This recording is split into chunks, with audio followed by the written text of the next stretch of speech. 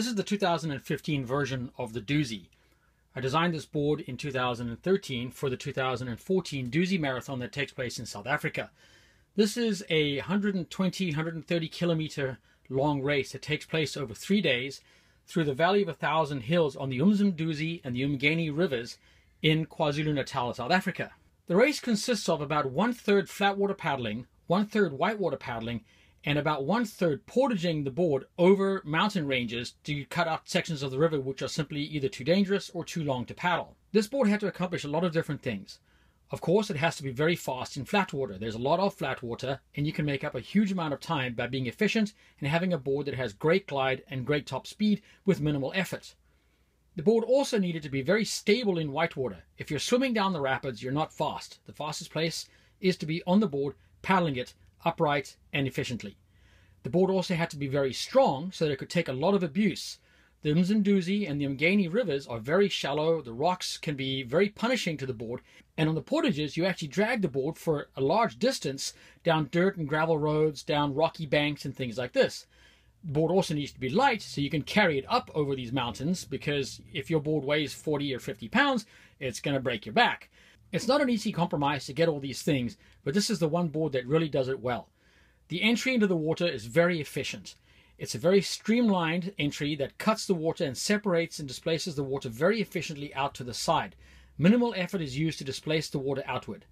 It has enough initial stability to where you're not rocking all the time, making that displacement efficient, but high secondary stability so if you're in white water you don't get knocked off the board. Part of the stability comes from having a deep recessed area that lowers your center of gravity. The lower you can stand, the more stable you can be, which allows you to make a narrower board which displaces water more efficiently. While we custom make these boards most of the time for people, the average board usually comes out somewhere around 27 inches wide over the 17-foot long, which is the ICF regulations for canoes and kayaks that are used in the Dusi Marathon. Sometimes people go narrower than that, going down to about 26 inches. Other people will go up to 28 or 29 inches. It depends on what's important to you, and each board is done in a custom way. This board is made from Aerolite X, which is a combination of Inegra and carbon fiber and fiberglass using the best epoxy resins. That is how we get the strength out of this board without making it excessively heavy. The deck on the board is made either from carbon fiber or fiberglass, of course depending on the amount of money you want to put into the board and how light you need the board to be. We have several handles in the center of the board that makes portaging very easy because there's lots of places to grab it, and one in the front of the standing area that allows you to carry the board and direct it easier when you're doing these long portages. A hatch obviously is critical so that you can have repair kit, food and other things like that inside the board when you're on this race. And of course we have a water deflector in the front of the hatch to stop just small waves and things like that from getting into the standing area.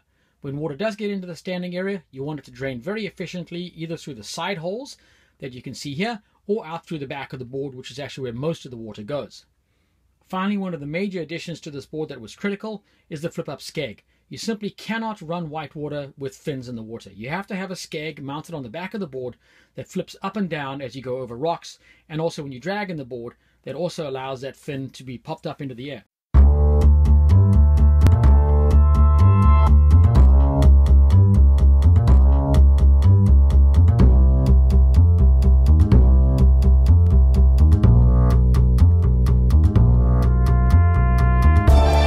Thank you, Daddy, for giving all your life to me. Daddy only hid parts of me where no one else could it see.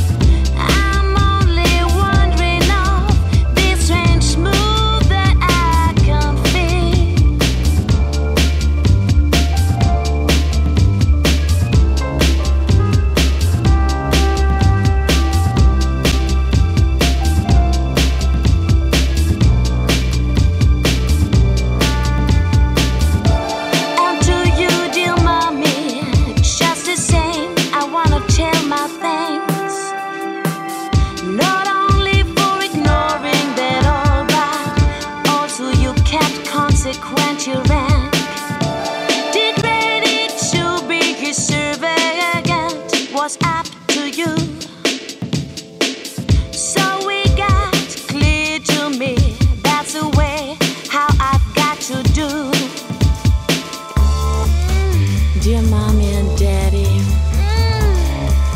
what shall I think about you now?